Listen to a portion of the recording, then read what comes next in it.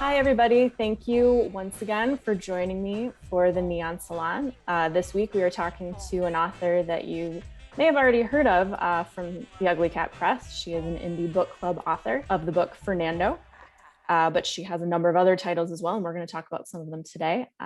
Thank you for joining us, Chanel Hardy. Hi. Hello, everyone. Thank you so much for having me today. Of course. Thank you for being here. So before we get into your quite extensive book list, actually. How about you tell us a little bit about your background in writing, how you got started, and where you came from before you were a writer? I've been a writer for my whole life, really. I wrote who didn't? But I wrote a lot of fan fiction when I was a kid. I used to make up like plays about me and my friends dealing with situations we weren't in school. So I used to just have like a journal of us doing random things in the form of like a script, I guess you could say. For a while, I didn't write. I want to say once I got to high school, writing kind of went into the background because I didn't really know what I wanted to do. So I guess I just kind of got lost in it for a while.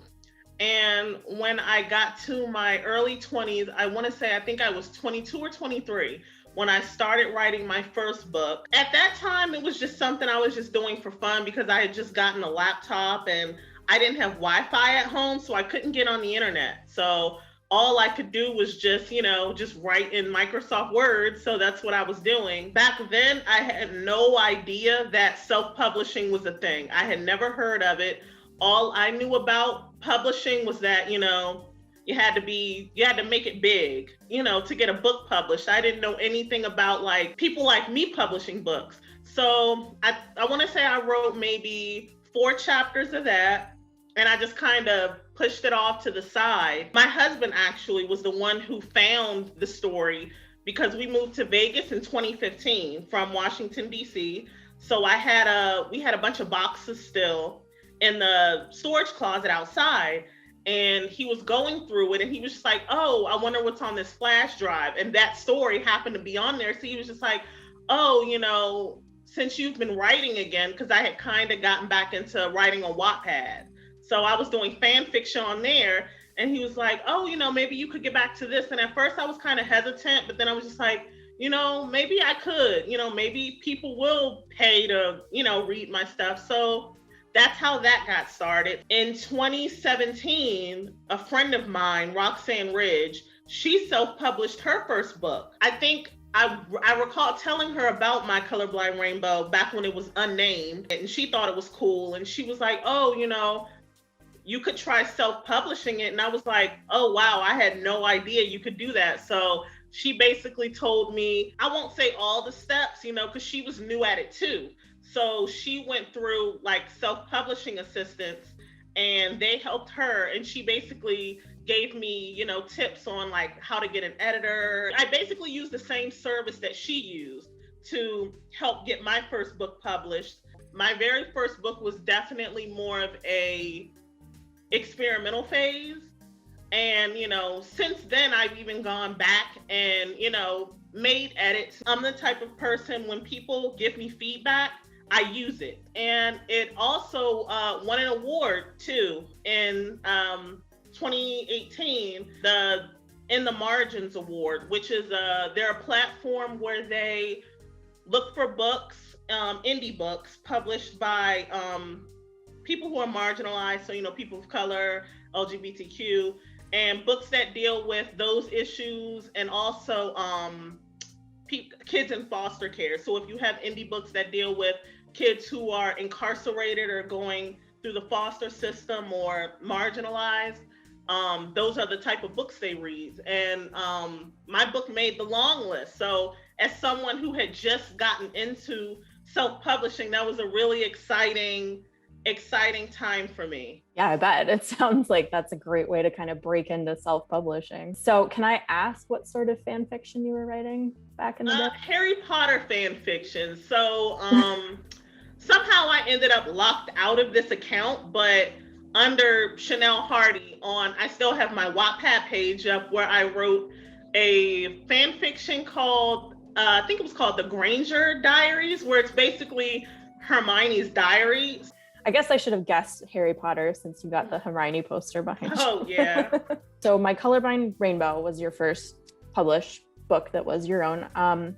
And can you kind of touched on a little bit of what it's about, but can you tell everyone a little bit more about it? It's a historical fiction. It takes place in 1940. When I was a kid, historical fiction was like a really big thing for me. You know, my mom had me reading a lot of Black history books, and I read American Girl a lot back then. So, you know, I always knew that my first book would be historical fiction. It follows a 15-year-old girl named Darlene. She's African-American, and she's living in North Carolina. It's basically a book where she's slowly discovering her bisexuality and coming to terms with who she is and how Christianity plays a role in how girls like her don't get to discover their sexualities. She meets another girl, a white girl named Rose, who's 19.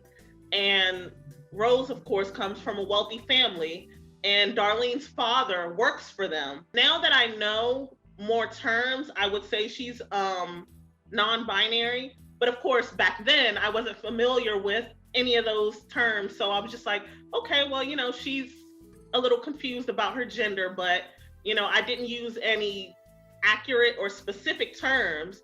So she deals with her family and the expectations of that lifestyle, you know, young, attractive white woman, you get married, you have kids. She ends up meeting Darlene, and they form this friendship that, you know, turns into a romance. And yeah, so you can already imagine all the drama that comes along with that. Fun fact about My Colorblind Rainbow, since you read Fernando, Amari is actually Darlene's granddaughter. Really? So, yeah, so that scene where Amari's talking to her grandma, that's who that is. So I kind of wanted to make that connection for those who have read both books. Yeah, now that you mention it, I do remember that scene. So that, yeah, absolutely makes sense. That's cool. I'm gonna have to, I've not read My Colorblind Rainbow yet, but I'm gonna have to go back and find it.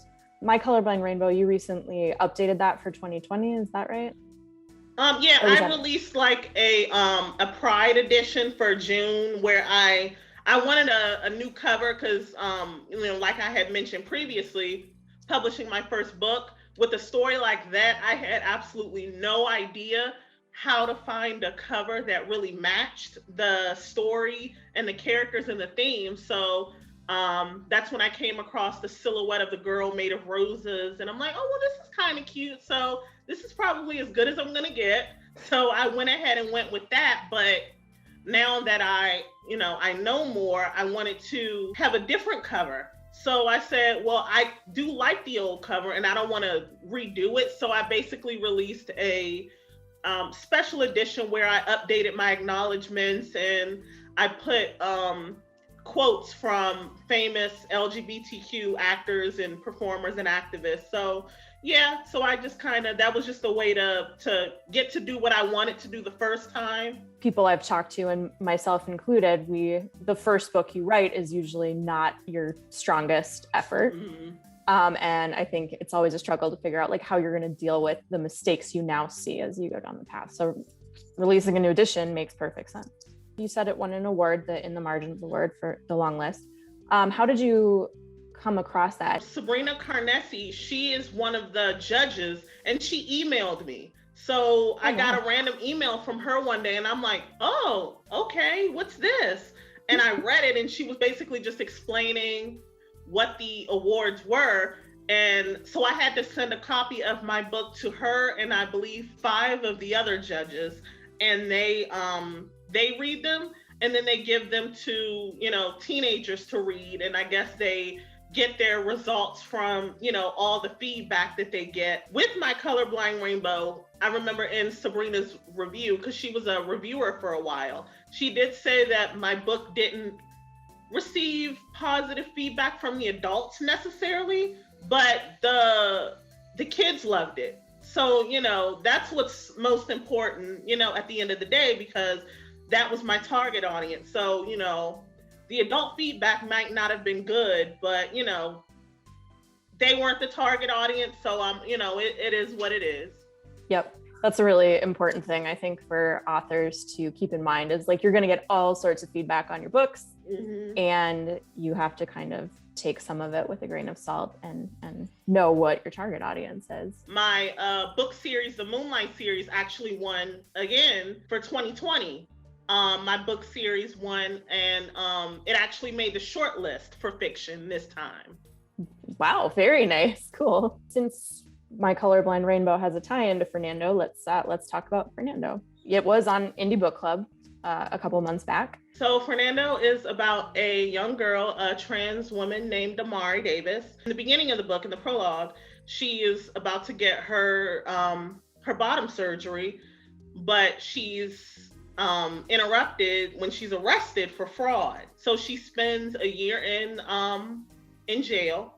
And after she gets out of jail, her mother wants to send her to Brazil to live with her father to, just kind of get her life back on track, get her out of the neighborhood, just try to, put her in a different environment. And her father is, he was in the military and he works in the Peace Corps.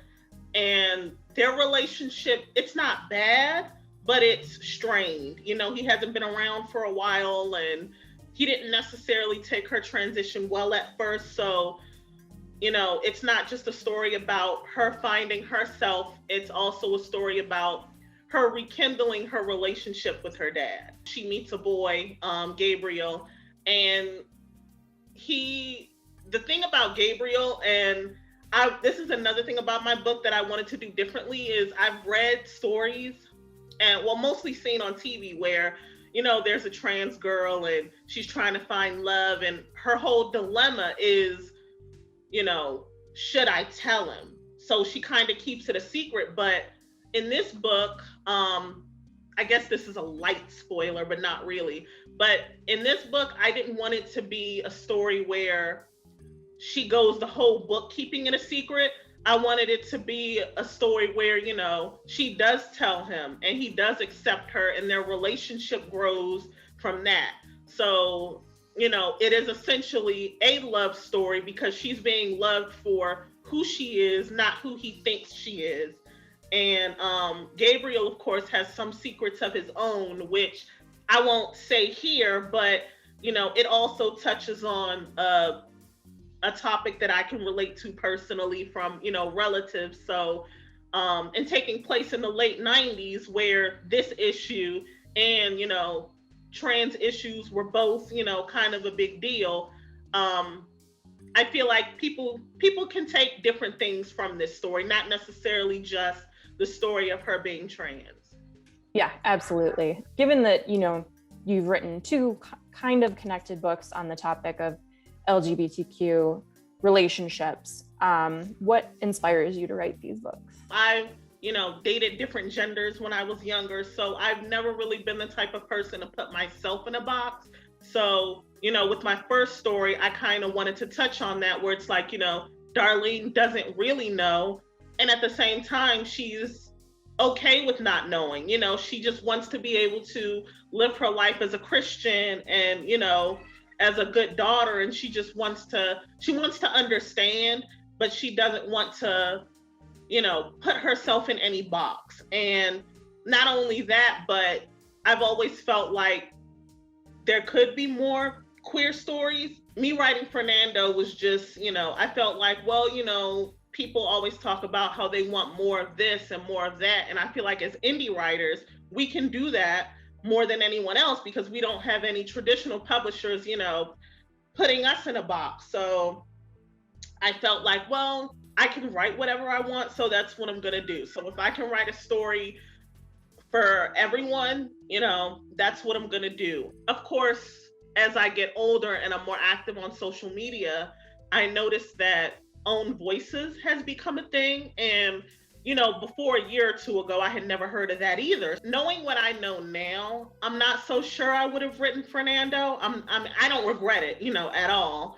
But I will say that as I continue my writing journey, I'll be a lot more aware of what I write and maybe think like, well, maybe I'm not the best person to tell this story. So, I mostly write from what I know and what I feel. And while I can't necessarily relate to Amari being trans, I can relate to her, being a Black woman. So, that is something that I could relate to. And that is something that I was going to ask about, because in the video, I mentioned that you and I had a talk about whether or not this book was known voices before I did the review. And you said that you did do some prep work. Oh, yeah, definitely. To write this book, talking to different communities and stuff beforehand. So how has the book been received since then?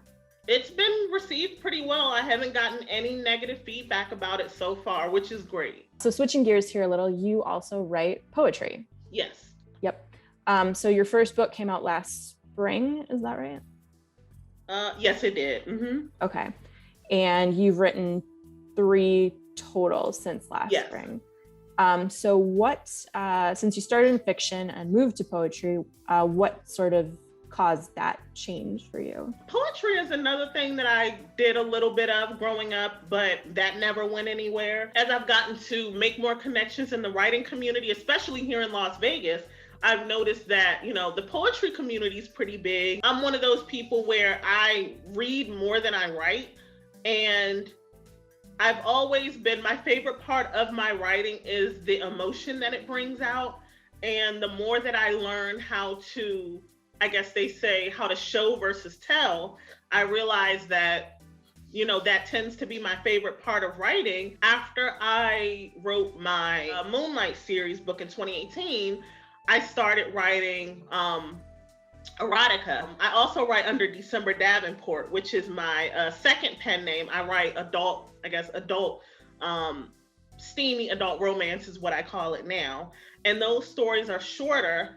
And with those stories, I noticed that I put a lot of emotion into my characters. And when I would share like little bits and pieces for like promo on Instagram, I'm like, well, this is kind of poetic, And that's kind of how I got back into poetry, because it's like I started writing, my novels, and I started writing short stories. And then I would take little bits of the short stories that really spoke to me and my favorite parts. And I'm like, this feels like a poem. So, maybe I could start doing that. So at the end of 2019, I made it my goal for 2020. I said, you know what, I'm going to do it. I'm going to get back into poetry. So that's when I started writing poems. I've written over almost 200 poems at this point. So that's definitely been my focus as of late, is poetry. That's very impressive. And so what kind of style would you say? Are you more like freestyle, or do you stick to a structure of poetry? Or I do a lot of freestyling. I experimented with a couple of different things at first, but for the most part, I freestyle, and I basically just pick a subject and try to go from there. Once the pandemic hit, a lot of my poetry became personal, so I started writing more about that. So my first collection is kind of random. Like if I'll hear about something on the news, I'll be like, oh, that's a cool thing to write about. Or, I listen to a lot of music. So music inspires my poetry a lot as well. A lot of Lana Del Rey, a lot of Coldplay. So there's the music influence. My second collection, I Had a Dream About You, was basically a bunch of poetry about like dreams I've had. My third one, which came out at the end of February, called Delicate. It's poems about womanhood and things like that. I do have a fourth one that I'm slowly working on. It's just gonna be poems about, like life and death. Each poem's gonna kind of deal with like, a dead, icon from the past, like Billie Holiday, things like that. So that's gonna be the theme of that book. Once we can all venture out into the world again, is this the kind of thing that you would read live? Yes. Before I went on my trip last year, I was actually supposed to start doing live reading, but then I got nervous, and so I backed out of it. And then, of course, when I came back from my trip, that's when the shutdown happened. So I was like, oh, well, so much for that. So in August, I started my podcast. I like doing my podcast because it's just me. and it allows me to kind of like, if I mess up, I can re-record. I do want to do some live readings at some point. It's just, getting over my stage fright. I have read parts of my books at like book signings and things like that, but I've never read my poetry, which is a little different. I do miss doing public events. I was, the first 2 years of my publishing journey, I was everywhere. Like, I was meeting people. I was trying to get my book in the bookstores. In 2020, I said that was going to be the year where I kind of chilled out. And of course, the pandemic happened, so I didn't have a choice. So I'm just like, well, better now, Yeah, that's almost, except for how terrible it's been. That's right. Lucky, I guess. You said the first 2 years of your publishing journey, which was 2017 to 2019 or thereabouts. Mm-hmm. Okay. So that must have all happened here in Vegas then. Yes. Mm-hmm. I actually don't know much about the poetry community here in Vegas. I'm tied into the writer community a little bit. But can you talk about how the poetry community is here? Like what, before the pandemic started, what sort of events and groups were going on? I only know a few people. One of the main being, I don't know if you know who Vogue Robinson is, but she had a bookstore called Janko Books. It was on West Charleston, and that's how I met her. And she kind of introduced me to like a little bit of the poetry and, how the things that she does. So basically, I just learned through her. And from her, that's when I joined the Henderson Writers Group. I kind of got involved with them a little bit here and there, not too much though. And now I follow the Jam Las Vegas. It's a talent show. They have people who read poetry, people who sing, things like that. So whenever the pandemic cools down, I plan on going back and, participating in that. Someone else I met through Henderson Writers Group is Tanya Todd. So she is who I met when I did the Dime Grinds reading. I did that I want to say that was 2019, early 2019. And that's another thing I love about Las Vegas is it's very, the entrepreneurship and creative communities, it's big but small. So it's like, once you meet one person, it's like you meet everyone. So, and her and Vogue know each other. And so it's like everyone knows everyone. And I love that. I think that is a really cool thing about Vegas that I didn't know before moving here is like, it seems like a place that would be really alienating, but it actually is like a little community, like a very tight-knit community, especially the writing community here. Definitely. So speaking of Vegas, what first brought you here? You said you moved here in 2015. Mm-hmm. So I got married in 2014, and the first year of my marriage was basically me and my husband trying to get out on our own. We were living with my mom at the time, and Washington D.C. and the surrounding Maryland and Virginia counties are very expensive. 23, 24, trying to get an apartment, it's hard. I don't have credit history, and adulthood was just tough. His family lives out here. They've been out here for like 20 years or more. They were just like, why don't you guys move out here? And me being someone who's never lived anywhere else in my life, the idea of moving across the country was crazy. So I'm just like, haha, that's funny. Like, I can't move to Vegas. But I'm just like, then again, why can't I? Like, if they're offering, what's stopping me? So I gave it a few days, and then I'm like, you know what? Yes, I will do it. So in April of 2015, we ended up out here, and, the first year was really hard, but as far as making a living, it's been much easier. So, I'm glad we did it. We were able to get our own place. I was able to, get a job that pays a living wage with the culinary union. So it's been a much better experience. And I don't even know what I'd be doing now if I hadn't moved here. That was when your husband found the flash drive with your first book on it. Any other like memorable sort of events, like stories that happened from your first couple days here? It's so crazy. Like when I moved here, I thought the roads were so big. I'm like, crossing the street feels like it takes like a full 5 minutes. Like, I don't think I have any specific like crazy stories. I mean, I've definitely seen some wild things, and I don't know. It's been interesting. Culture shock. definitely. Like even now when people talk about like moving to Vegas, I'm like, I wouldn't recommend it if you don't have anyone to help you, because I'm not so sure we'd still be here if it weren't for his family helping us. So I'm just like, try it, give it 6 months to a year, and if you don't like it, well, you don't like it. You know, it's not for everyone, and I'm very honest about that. But you know, the weather's great and the job market's decent. The people here are interesting. I don't know. It's a weird way. Like I do feel like I had more culture back home in DC versus here, where it's just kind of like I don't know what the culture is exactly. When you think of Washington D.C., there are so many things I can name, like you know, go-go music, mumbo sauce, you know, landmarks, things like that. But when it comes to Vegas, besides the Strip in downtown, there's not anything I can think of that makes the city stand out, you know, outside of tourism. So culture wise, I think the East Coast has more culture, you know, and the Midwest and places like that versus here where it's just like, I don't know, stuff's going on, you know. Yeah, I agree. It feels a little bit, at once it feels a little bit like shallow and flat kind of in terms of culture. But at the same time, I think it also is full of culture. You just kind of, it's not as, because the tourism kind of overshadows it. You have to go dig for it a little bit. You mentioned your Moonlight series a couple of times. So I kind of just wanted to talk about that briefly, especially since it is a series. So that is urban fantasy, correct? Yes.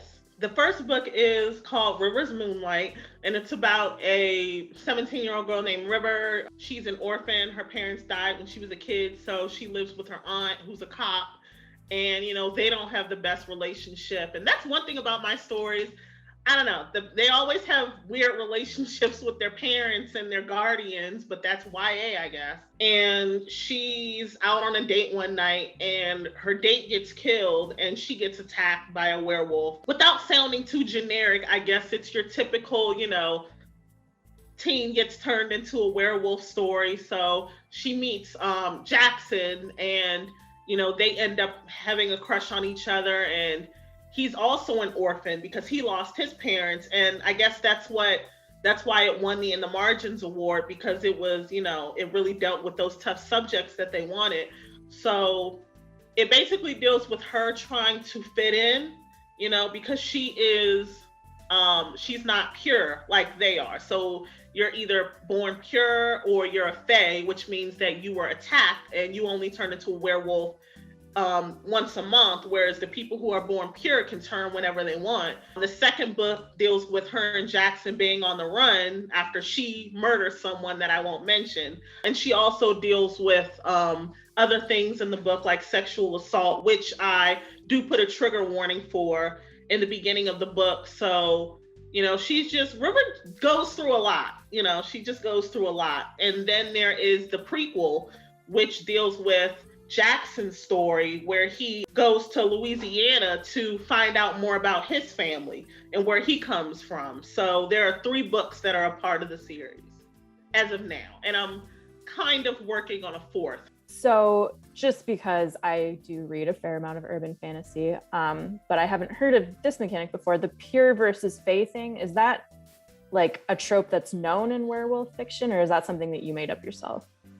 I kind of made it up myself. It's less pure versus fae and more along the lines of the people who are pure feel like the faes are a liability because, you know, they're turned. So they don't know how to deal with turning and not killing humans. And for the most part, they are a secret. You know, no one knows that they exist. So it's kind of like faes are the outcasts, which is another issue River has, because Jackson finds her and he wants to help her, but his pack, they don't want anything to do with her. So it's kind of like, you know, do I pick the girl that I'm secretly falling for, or do I pick, you know, my family, the people who have had my back, you know, since I was little. That sounds awesome. I love that lore. That's great. So we are coming up on time here, but I do want to cover the other kind of ongoing thing you have, which is the Coffee, Wine, and Words magazine. I don't know much about publishing magazines on Amazon. So what is that process like?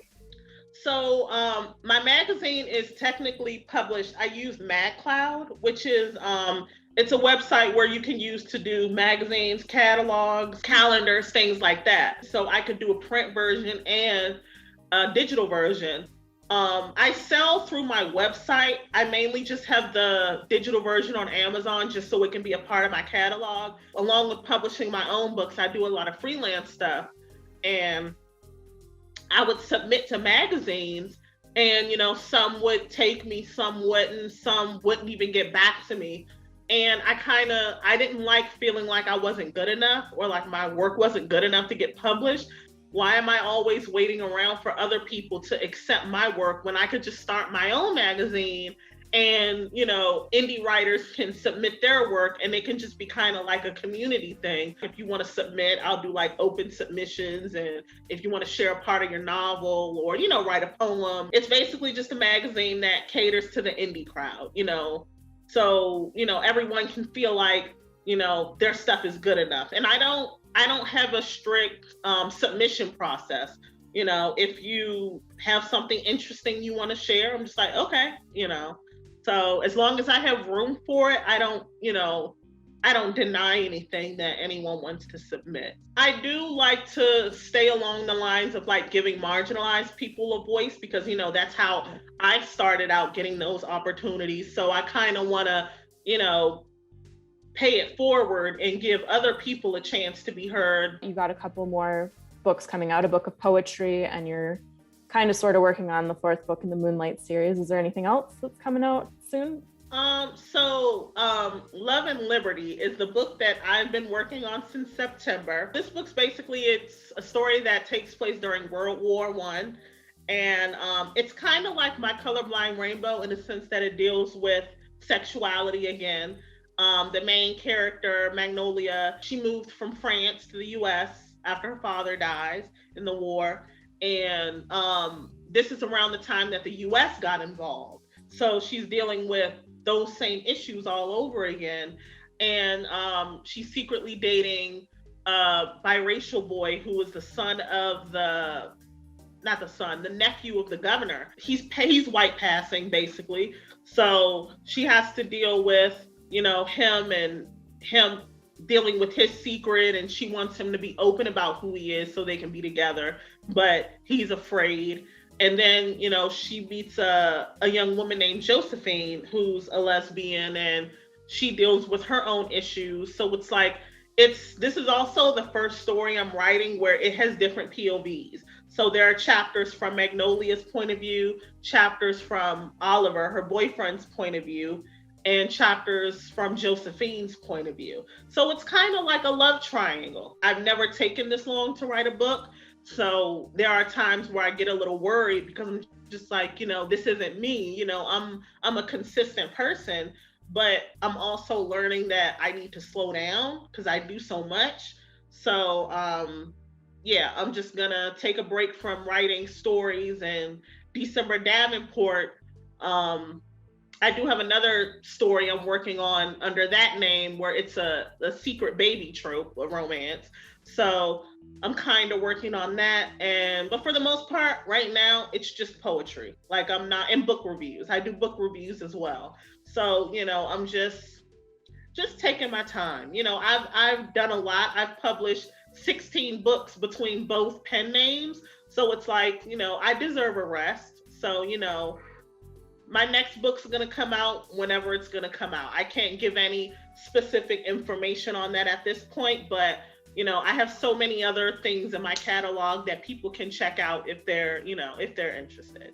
In addition to the stuff we've already talked about, you've got an epistolary novel and a number of other standalone novels in addition to the magazine as well. Mm-hmm. So yeah, I would say you're well due for a little bit of time off.